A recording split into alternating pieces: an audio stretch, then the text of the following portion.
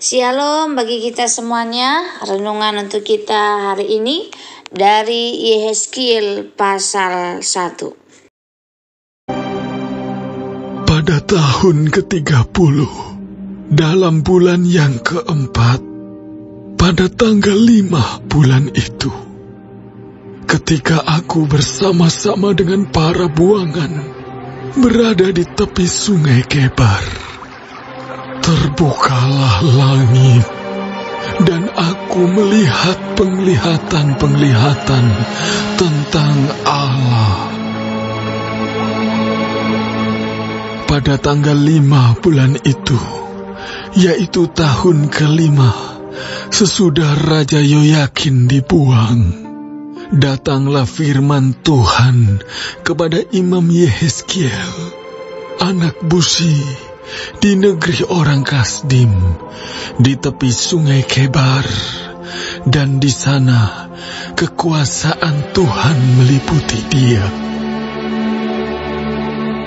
Lalu aku melihat, sungguh angin badai bertiup dari utara dan membawa segumpal awan yang besar dengan api yang berkilat-kilat, dan awan itu dikelilingi oleh sinar. Di tengah-tengah api itu, kelihatan seperti suasa mengkilat. Dan di tengah-tengah itu juga ada yang menyerupai 4 makhluk hidup. Dan beginilah kelihatannya mereka.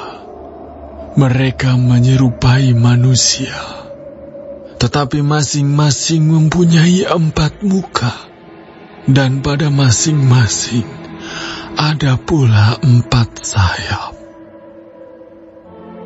Kaki mereka adalah lurus, dan telapak kaki mereka seperti kuku anak lembu. Kaki-kaki ini mengkilap, seperti tembaga yang baru digosok. Pada ke-4 sisi mereka, di bawah sayap-sayapnya, tampak tangan manusia. Mengenai muka dan sayap mereka berempat adalah begini. Mereka saling menyentuh dengan sayapnya. Mereka tidak berbalik kalau berjalan. Masing-masing berjalan lurus ke depan. Muka mereka kelihatan begini.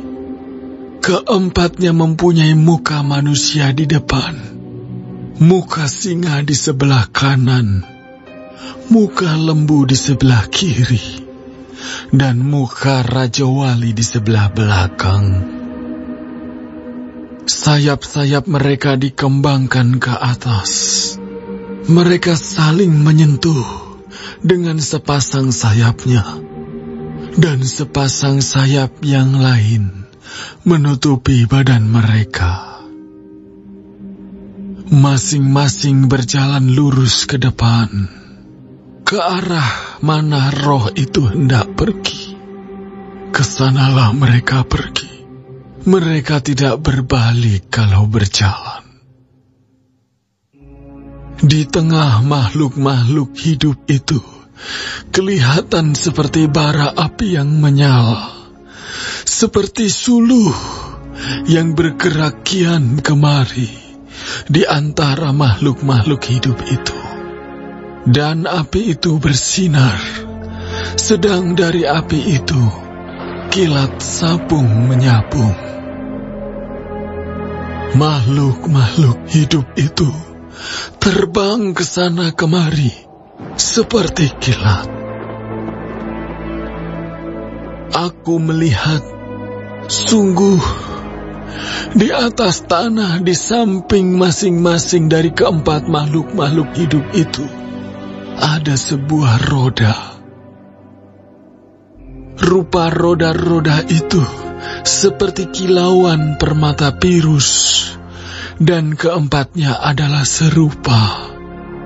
Buatannya seolah-olah roda yang satu di tengah-tengah yang lain.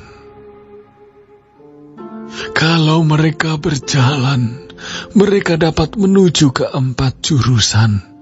Mereka tidak berbalik kalau berjalan. Mereka mempunyai lingkar, dan aku melihat bahwa sekeliling lingkar yang 4 itu penuh dengan mata.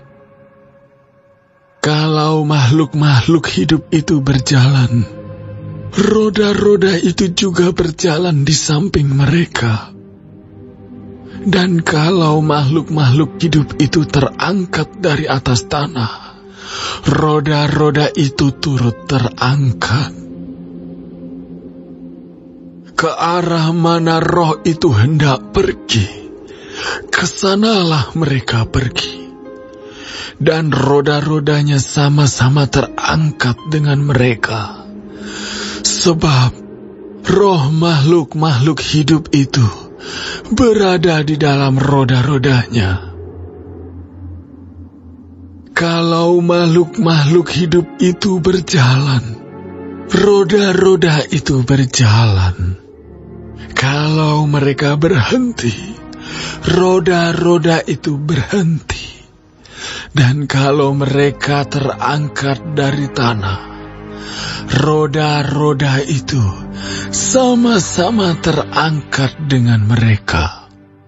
Sebab roh makhluk-makhluk hidup itu berada di dalam roda-rodanya. Di atas kepala makhluk-makhluk hidup itu ada yang menyerupai cakrawala, yang kelihatan seperti hablur es yang mendahsyatkan, terbentang di atas kepala mereka. Dan di bawah cakrawala itu, sayap mereka dikembangkan lurus, yang satu menyinggung yang lain, dan masing-masing mempunyai sepasang sayap yang menutupi badan mereka. Kalau mereka berjalan, aku mendengar suara sayapnya seperti suara air terjun yang menderu, seperti suara yang maha kuasa, seperti keributan laskar yang besar. Kalau mereka berhenti, sayapnya dibiarkan terkulai. Maka kedengaranlah suara dari atas cakrawala yang ada di atas kepala mereka. Kalau mereka berhenti, sayapnya dibiarkan terkulai. Di atas cakrawala yang ada di atas kepala mereka, ada menyerupai tahta yang kelihatannya seperti permata lasuri. Dan di atas yang menyerupai tahta itu, ada yang kelihatan seperti rupa manusia.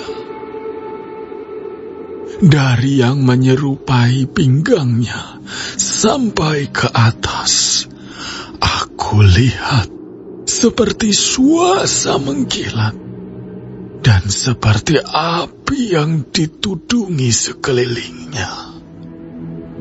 Dan dari yang menyerupai pinggangnya sampai ke bawah, aku lihat seperti api yang dikelilingi sinar. Seperti busur pelangi yang terlihat pada musim hujan di awan-awan. Demikianlah kelihatan sinar yang mengelilinginya. Begitulah kelihatan gambar kemuliaan Tuhan. Tatkala aku melihatnya, aku sembah sujud. Lalu ku dengar suara Dia yang berfirman, Yehezkiel pasal 1 ayat 1 sampai 28 adalah salah satu bagian Alkitab yang penuh dengan penglihatan simbolik dan menggambarkan kemuliaan Tuhan dalam cara yang luar biasa. Penglihatan ini terjadi ketika Yehezkiel berada di pembuangan di Babel dekat sungai Kebar. Penjelasannya, yang pertama, latar belakang penglihatan. Yehezkiel menerima penglihatan pada tahun kelima pembuangan Raja Yoyakim, sekitar 593 sebelum Masehi.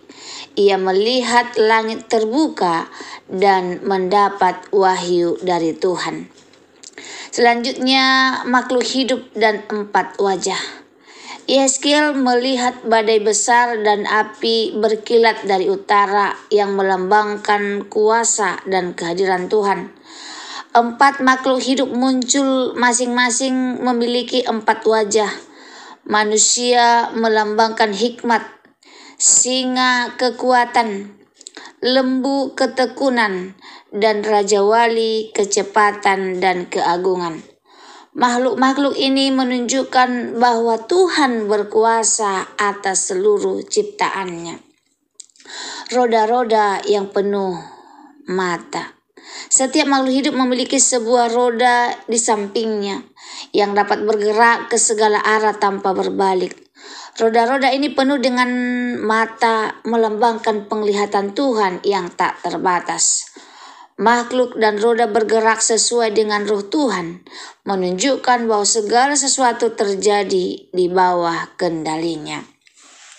Selanjutnya, tahta kemuliaan Tuhan. Di atas makhluk-makhluk itu ada cakrawala yang bersinar seperti kristal, melambangkan kekudusan Tuhan. Di atas cakrawala ada tahta yang dengan sosok seperti manusia bercahaya, menggambarkan kemuliaan Tuhan. Pelangi di sekelilingnya melambangkan janji Tuhan yang setia. Renungannya untuk kita hari ini. Tuhan berdaulat atas segala sesuatu. Penglihatan ini menunjukkan bahwa Tuhan memegang kendali atas sejarah, termasuk pembuangan Israel. Dia hadir di tengah umatnya, bahkan dalam penderitaan.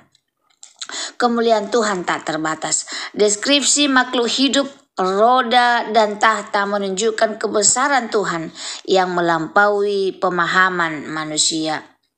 Yang terakhir, panggilan untuk merendahkan diri. Yehezkiel sujud menyembah ketika melihat kemuliaan Tuhan.